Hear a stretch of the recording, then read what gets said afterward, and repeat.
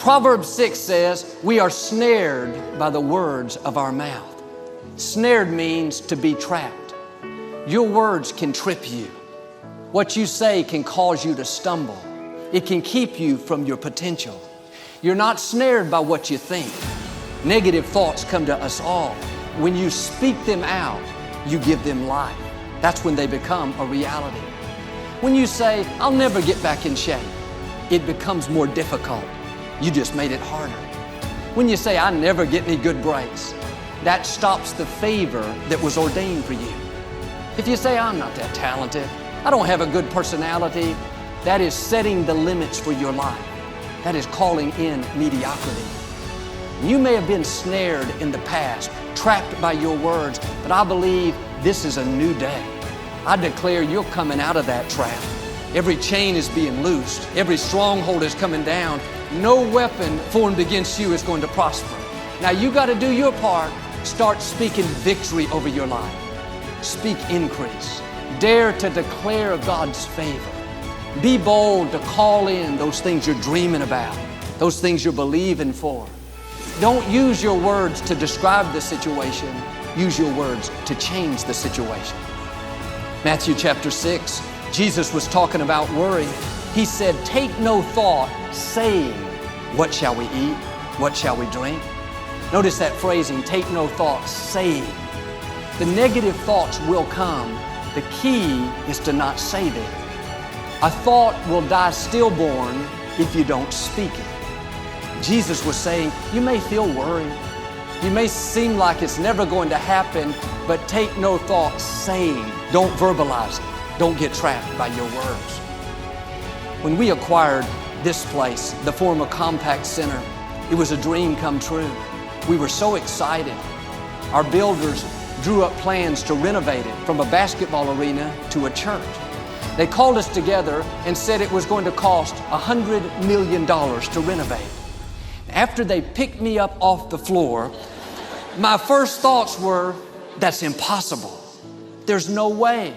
I've only been the pastor 4 years. They cannot expect me to raise those kind of funds. Even though those thoughts were racing through my mind again and again, I was smart enough to keep my mouth closed. I kept a big smile on my face, acted like it was no big deal. I knew if I wouldn't verbalize those negative thoughts, eventually they would die stillborn. It's one thing to think that it's impossible, but when you start telling people it's impossible, it takes on a whole new meaning. You may think, I'll never break this illness. I'll never get well. I'll never meet the right person. Those thoughts come to all of us. You can't stop that. My challenge is don't give them life by speaking them out. Don't go call your friends and tell them how it's not going to happen. I told our team, I don't see a way, but I know God has a way. He didn't bring us this far to leave us. My report was, God is supplying all of our needs. The funds are coming in. It may look impossible on paper, but with God, all things are possible. I knew better than to curse my future. I didn't want to get trapped by my words.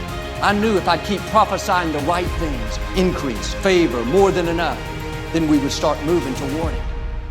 In the tough times, you have to especially be on guard. It's very tempting to vent your frustration.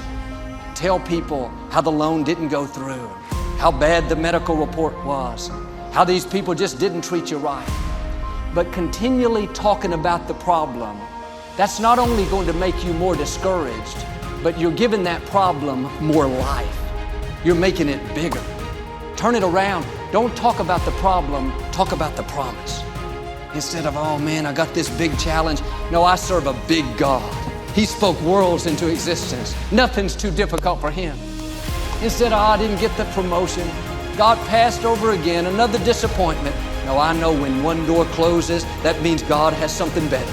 He's directed my steps. I'm excited about my future. Instead of, oh, I'll never meet the right person. Joe, I'm too old.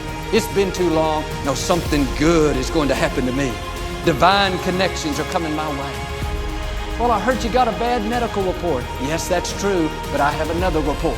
It says God is restoring health back unto me. Well, I heard those people did you wrong. Yes, but I'm not worried. God is my vindicator. He's fighting my battles. He's promised to give me beauty for ashes. See, in life, there are always two voices vying for your attention: the voice of faith and the voice of defeat. You'll hear a voice saying, like I did, "The problem's too big. It's not going to work out. Just accept it."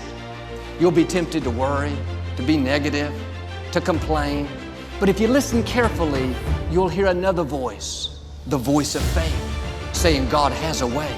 Favor is coming. Healing is coming. Breakthroughs are coming. One voice will tell you, you've reached your limits. You've gone as far as you can. You don't have what it takes. The other voice, you are well able. You can do all things through Christ. Your best days are still in front of you. Now here's the beauty. You get to choose which voice comes to life. The way you do it is by what you speak. When you verbalize that thought, you're giving it the right to come to pass. If you go around saying, the problem's too big, I'll never get well, you are agreeing with the wrong voice. You've got to get in agreement with God. The other voice may seem louder, but you can override it. You can take away all of its power by choosing the voice of faith. Maybe you're going to a job interview. One voice will tell you, you're not going to get it. You're wasting your time. These people are not going to like you. Another voice will say, you have the favor of God. You're blessed. You're confident. You have what it takes. But if you get up that morning, tell your spouse, I don't think I'm going to get this job. They're not going to like me. I'm not qualified. There's no use even going. You're being trapped by your words. You have to dig your heels in and say, I am not giving life to any more defeat. I am not speaking lack. I'm not speaking sickness. I'm not speaking mediocrity, not enough. I'm going to choose the voice of faith. It says I'm strong, I'm healthy, I'm blessed, I'm favored. I am a victor, not a victim. This is what David did. When he faced Goliath, it looked impossible. All the odds were against him. If he would have verbalized his negative thoughts, that would have kept him from his destiny. Even though he was anointed to be king, those negative words would have kept him trapped in the shepherd's fields. He could have easily gone around saying, well, I know I'm supposed to face Goliath, but look at him. He's twice my size. He's got more experience, more equipment, more talent. I don't see how this is ever going to work out. You can talk yourself out of your destiny. Negative words can keep you from becoming who you were created to be. Don't fall into that trap. Quit calling in defeat. Quit talking about how it's not going to happen. You can pray in faith. Ask God to turn it around, to do the impossible, but then walk away and start talking about how you're not going to get well, how your child's never going to straighten up.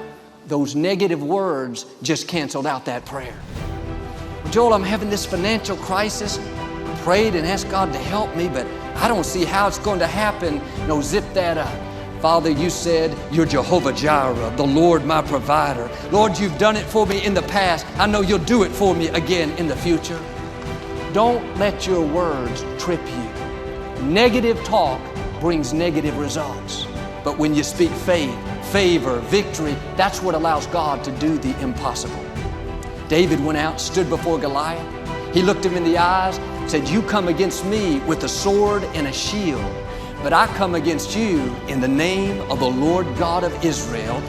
This day I will defeat you and feed your head to the birds of the air. Notice he was prophesying victory.